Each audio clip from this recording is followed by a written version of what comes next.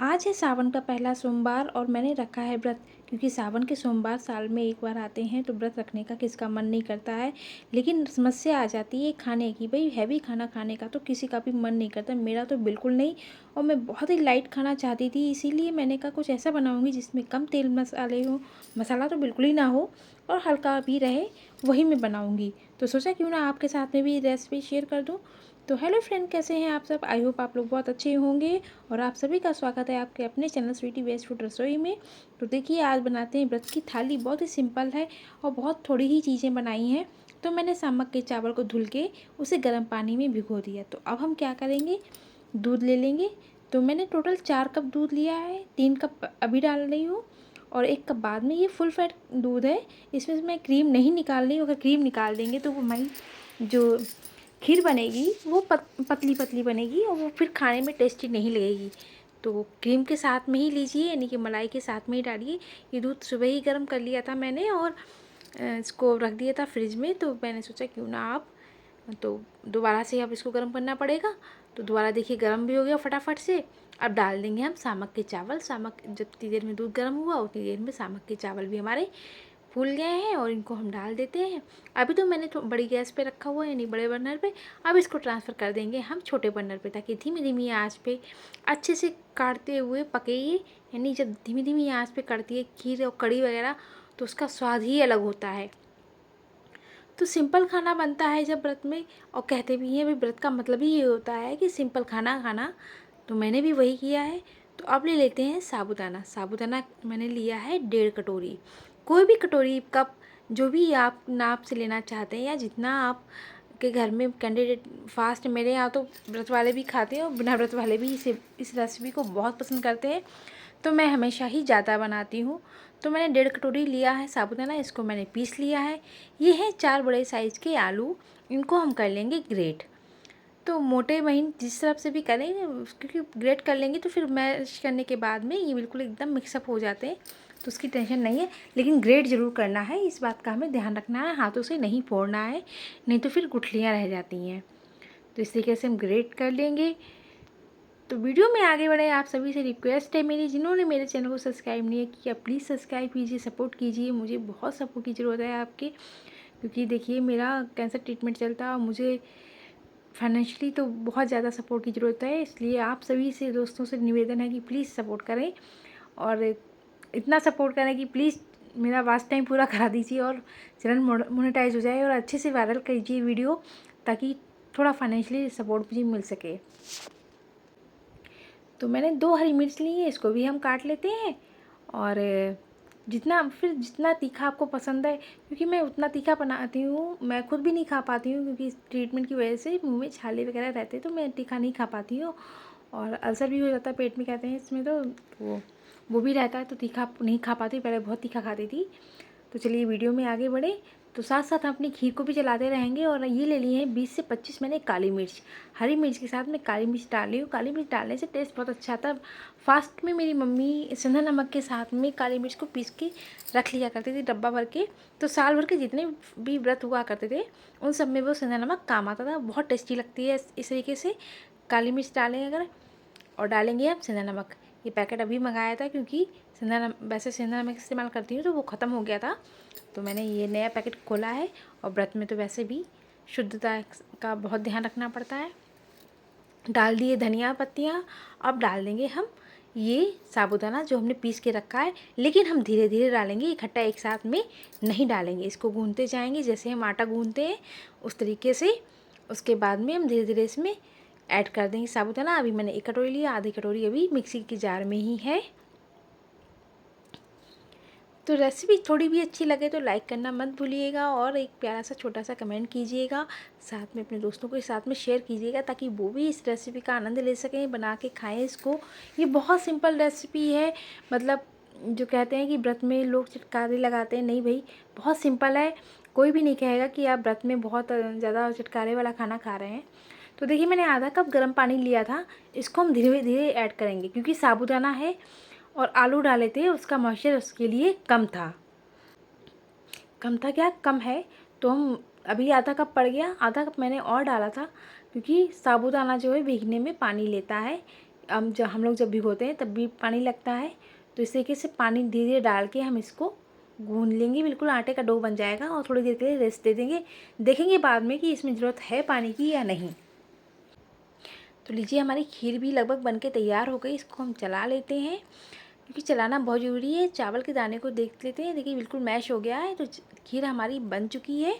अब हम डालेंगे इसमें भाई मीठे के लिए शक्कर। शक्कर आप अपने हिसाब से डालिए। मैंने आधी कटोरी से भर के जो है ना शक्कर डाली है, क्योंकि व्रत में थोड़ी सी शुगर लो हो जाती है मेरी, तो मैंने थोड़ा सा अच्छा मीठा बनाया है खीर को। आप थोड़ी सी कम या ज़्यादा कर सकते हैं, पर बहुत ज़्यादा मत कीजिएगा। तो देखिए खीर बन गई है अच्छे से। पानी जब तक हम एक उबाल आने तक इसको पकाएंगे, 1 से 2 उबाल आने तक, ताकि चीनी में जो पानी है वो भी इसमें अच्छे से पक जाए। तो इसमें फिर किशमिश डाल देंगे। उसके बाद में किशमिश में भी थोड़ी फूल जाएगी, तब हम इसमें बादाम डाल देंगे। मेरे पास आज काजू ख़त्म हो गया था, तो मैंने काजू नहीं डाला है। बाकी का ये है कि आप जितने चाहें, जो चाहें ड्राई फ्रूट्स डालिए, कोई दिक्कत नहीं। हाँ, फ्लेवर के लिए मैंने इलायची के दाने कूट के डाले थे। तो देख लेते हैं हमारे डो को। लेकिन डो मुझे थोड़ा हार्ड लग रहा है, क्योंकि देखिए अभी मैं इसकी टिक्की बना के देखूँगी तो क्या देखिए ये इस तरीके से थोड़ा फट रहा है। तो मैंने आधा कप पानी और ले लिया गरम। तो इसको धीरे धीरे डालते डालते हम गूँदेंगे। तो फिर से इससे देखिए डालते जा रही हूँ, पानी बिल्कुल सोखता जा रहा है साबूदाना। बिल्कुल भी ऐसा नहीं है कि गीला हो रहा हो। और आप बिल्कुल भी टेंशन मत लीजिए, पानी की गर्म मतलब बहुत कम लगता है। जब इधर से वो डो है उस तरफ से पकड़ के उसको मिलाते जाइए, तो वो क्या होगा कि आपको ज़्यादा गर्म नहीं लगेगा। अगर लगता है तो थोड़ा उसको धीमे से चम्मच की सहायता से भी कर सकते हैं, पर मैंने हाथों से किया, करती रहती हूँ, इतना फिर मालूम नहीं देता है। तो जैसे आटा गूँधते हैं हम इसको गूँध लेंगे बढ़िया सा। तो अब बहुत अच्छा हो गया, देख सकते हैं। पहले बहुत हार्ड था, अब एकदम बढ़िया हो गया है। मैं हमेशा व्रत में इसी को बनाती हूँ, तो पहले भी मैंने डाला है। तो सोचा क्यों ना मेरे नए व्यूवर्स जो हैं वो क्यों चुके हैं, क्योंकि ये लगता है कि अरे कहाँ तक नीचे को देखें। हालांकि देखते हैं बहुत सारे मेरे व्यूवर्स पुराने वीडियोस भी। तो अब देखिए मैंने लिया है एक ये पेपर जो होता है ना यूनिरैप, उसको ले लेंगे। उसमें से दबा के उसी के से इसको फोल्ड करके इसको हम बेलन की सहायता से बेल भी सकते हैं। आपको जैसे भी इजी लगे आप वैसे कर लीजिए। बहुत ही ईजी तरीके से बन जाती हैं। कोई भी इसमें मतलब हेडेक नहीं रहता कि अरे किसको कैसे बनाएंगे, क्या होगा, बन पाएगा या नहीं बन पाएगा। नहीं, बहुत अच्छे से बन जाता है। तो अगर पेपर पे चिपक रहा है तो एक एक बूंद आप ऑयल यूज़ करते हैं तो ऑयल लगा लीजिए, देसी घी यूज़ कर रहे हैं तो देसी घी लगा लीजिए। तो उस तरीके से बिल्कुल चिपकेगा नहीं। अब क्या करेंगे, तवा गर्म हो गया। ये मेरा आयरन का तवा है, जो प्योर आयरन होता है ना उसका। तो देखिए थोड़ा सा इस पर घी लगा देंगे। उसके बाद में हम हमारा ये जो हमने पराठा बेला है साबूदाने का, इसको हम इस पर चुरा के डाल देंगे। देखिए कितना अच्छे से बन के तैयार हुआ है। बाकी दूसरा ही बना लेते हैं। दूसरा तरीका भी मैं आपको बताती हूँ, बहुत सिंपल है, बहुत आसानी से बन जाता है। अगर आपके पास में पेपर नहीं है तो मत बनाइए, आप इसको चकले पे भी बेल सकते हैं, प्लेट पे भी। प्लेट देखिए इस तरीके से हम साफ़ कर लेंगे। उसके बाद में इस तरीके से थोड़ा सा घी या तेल जो भी यूज़ कर रहे हैं उसको लगा के इस हाथों की सहायता से दबाते हुए देखिए कितनी आसानी, चिपक भी नहीं रही है और बहुत अच्छे से बन जा रही है। इस तरीके से दबाते हुए हाथों की सहायता से हम फैला लेंगे और इसको हम निकाल लेते हैं। क्योंकि पहला है ना, क्योंकि जब हम लोग जानते हैं कि आयरन के तवा को ग्रीस कर एक बार में पराठा बनाते हैं तो ग्रीस हो जाता है। तो देखिए हो गया है। आप हल्का सेकना चाहते हैं तो हल्का सेकिए, ये मत समझिए कि ये कच्चे रह जाएंगे, बिल्कुल नहीं कच्चे रहेंगे, बहुत अच्छे से बन के तैयार होते हैं। और अगर थोड़ा डार्क सेकना है तो डार्क भी सेक सकते हैं, कोई दिक्कत नहीं है।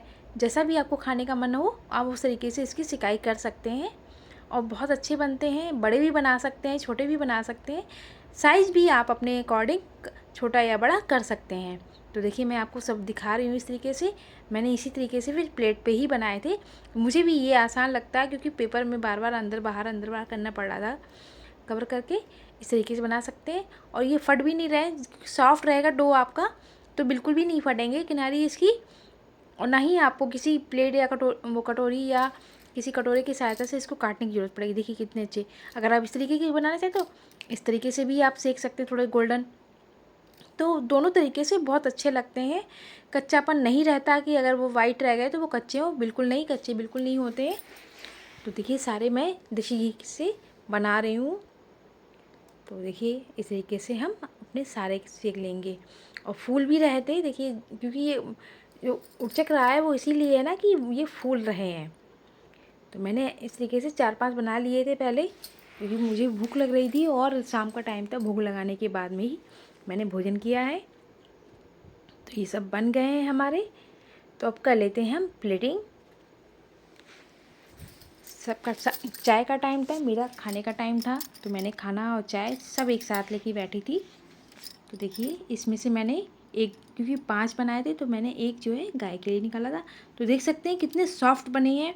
कोई बुजुर्ग व्यक्ति भी घर में है जिसके दांत नहीं है, छोटे बच्चे हैं जो खाना शुरू करते हैं, उनके लिए भी ये बहुत अच्छा है। छोटे बच्चों के लिए अगर आप बना के दे रहे हैं तो इसमें हरी मिर्च मत डालिए, काली मिर्च भी मत डालिए, केवल नमक डाल के उनको बना के दीजिए, बहुत मन से स्वाद से खाएंगे। तो देखिए खीर भी मैंने सर्व कर ली है, जितनी मुझे खानी थी मैंने उतनी ही ली। और ये कप ले ली है चाय, क्योंकि शाम का टाइम था तो मैंने ये ली है। मैंने कोई चटनी दही वगैरह नहीं लिया। दही इसलिए नहीं लिया क्योंकि खीर खानी है, दूध और दही एक साथ नहीं खाते हैं, इसलिए मैंने दही नहीं लिया। आप दही के साथ भी इंजॉय कर सकते हैं। तो इसको बनाइए, खाइए, एंजॉय कीजिए। मिलते हैं अगली वीडियो में। Bye bye.